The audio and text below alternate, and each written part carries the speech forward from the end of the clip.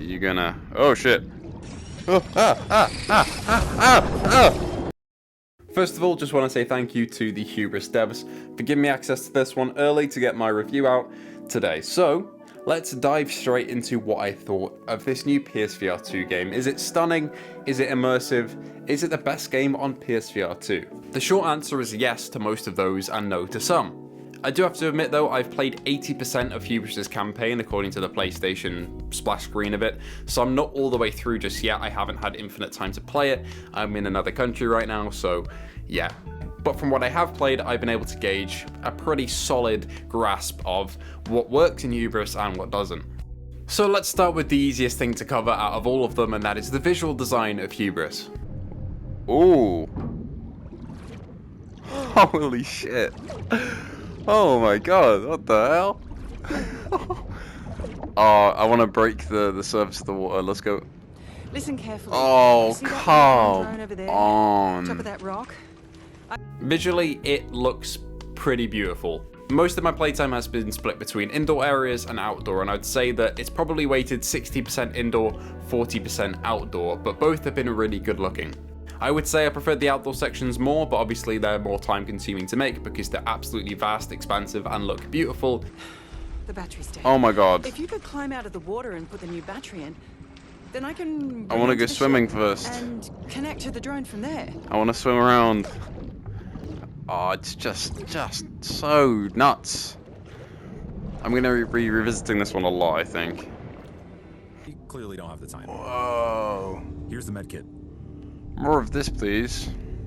And the indoor sections look very clean. It's a very clean sci-fi aesthetic all the way through. There's not really much grime or dirt like there is in, say, Red Matter. And to be honest, I prefer Red Matter's art style over this one, but that is just my personal choice in terms of what sci-fi setting I want. But visually, everything looks crisp. I would say it doesn't look quite as good as Red Matter 2, but it still looks pretty great in the headset. I think it's running at around 60 to 90 hertz. It might be 90, but there does seem to be a bit of reprojection, so I feel like it's 60. But that is fair enough with the scale of some of the things that it pulls off and the amount of interactable items, all that good stuff. That being said, with the bar set so high with Red Matter 2, Hubris didn't quite reach those heights for me, but it is probably standing tall above most other PSVR2 games outside of Red Matter 2. I'd put it on the same level of fidelity as, you know, Horizon Call the Mountain or Resident Evil Village without the density and detail that they have from being AAA games. For an indie game, this is pretty phenomenal.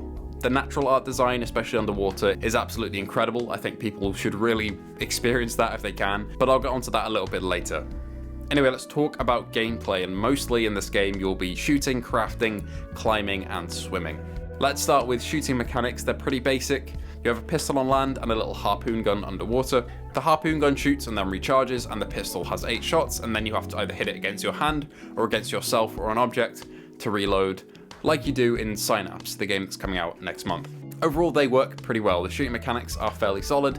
If you grip your pistol with both hands, you'll get a little laser that you can see, which helps you aim, but with one hand it isn't there, so it's a bit of a trade-off of whether you want to have both hands free to do different things or want to put them together and have better aim. But overall, shooting mechanics are pretty basic, but they work pretty well, and there's a lot of enemies to fight, but again, we'll get onto that a bit later.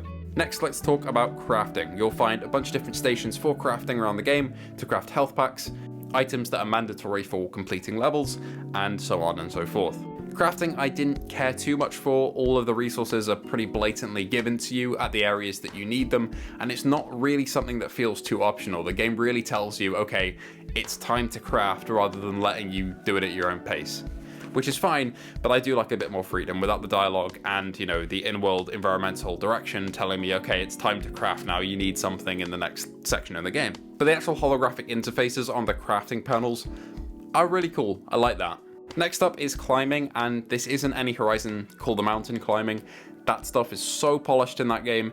This feels a lot more janky, but it is still pretty good. It reminds me of Bone Labs climbing a little bit, and it can be as fast-paced as you want it to be. Especially climbing rocks feels really cool, but occasionally it can feel a little janky, especially when trying to pull yourself up to a surface, and either the game throws you off backwards, or it just kind of teleports you up to the top, which can feel a little jarring, but yeah, it's pretty solid. That feels like Bone Lab jumping a little bit, and like climbing. Big fan of that. That's cool. Oh god, okay. Finally, swimming is probably my favorite thing in the game. Essentially how you do it is you push your palms away from where you want to go and then it propels you in the opposite direction. And honestly, going around these levels just made me want Subnautica in VR. The underwater colors are vibrant as hell and swimming around them just feels so natural. I imagine to a first-time VR user it might feel kind of sickening to push yourself around a 3D space, but the game really nails it. It isn't the most realistic thing in the world, but it's intuitive and it works. I really enjoyed all of the swimming sections that I played throughout the game. Oh, okay. Up or down to move upwards or downwards. Oh, the haptics as well on that are pretty cool. I really hope I won't have to do this in combat, because I feel like I will not be able to. I don't know, something about it. I haven't really seen any water gameplay on PSVR2, apart from the opening of Horizon, and that doesn't really count. But this is some real shit, you know? And it really makes me want a game where you do the same thing but in zero gravity. I know that wouldn't really work, pushing yourself around, because that's not how zero gravity works, but I really want it now. 3D space is such an untapped market for PSVR2 and VR in general. I would love to see maybe a shooter that involves going around 3D space like that. That would be so cool. Anyway, with the gameplay stuff out the way, the story is generic, but that's fine. It's a generic sci-fi story, and I doubt any sci-fi fans will really be surprised by the stuff it throws at you unless there's a massive plot twist in the last 20% of the game that I haven't got to yet. So far it's pretty by the books, but that's what I signed up for, and it's perfectly enjoyable. The dialogue, on the other hand, ranges from okay to pretty bad. I was laughing at a lot of the lines delivered to me in this game by my companions, and not because they were intended to be funny, but because the delivery wasn't the best and the writing wasn't the best, but it does give a bit of charm, and to be honest, I'm not here for the voice acting, and you can turn off most of the voice acting hints if you want to go through in a basically dialogueless experience from your little robot bull companion, unless they're telling you story elements. Now take the battery and put it in me. Oh, I mean the drone. What? Finally, let's talk about some enemies as well. You'll be fighting humans, bugs, and robots. And initially I thought, bloody hell, this combat is incredibly hard. But then I found out I accidentally set the game to its hardest difficulty. So if you want a challenge, set the game to veteran and you'll be beaten the shit out of for most of the combat sections in the game. This combat is incredibly frustrating. Oh my god, I'm on fucking veteran difficulty. Recruit, are you there? Oh my god. For you in this. You're absolutely kidding me. I'm an idiot. You'll have to fight your way through. The combat takes place in either the industrial corridors that look pretty clean and shiny with tools strewn about everywhere, or outside, which look absolutely beautiful. One more thing to note is the game isn't too long. It's about 3.5 hours longish, based on most of the videos that I've seen and predicting how long it's going to take the last 20% of the game to be done for me.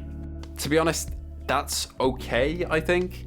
If you want a pretty solid but generic sci-fi story with some cool shooting mechanics, some great vistas to look at, and a world that feels fairly immersive but a little sterile, Hubris might be the game for you. I just wish that the opening section, which you see advertised to you if you watch the trailers at all, was a bit longer than it is.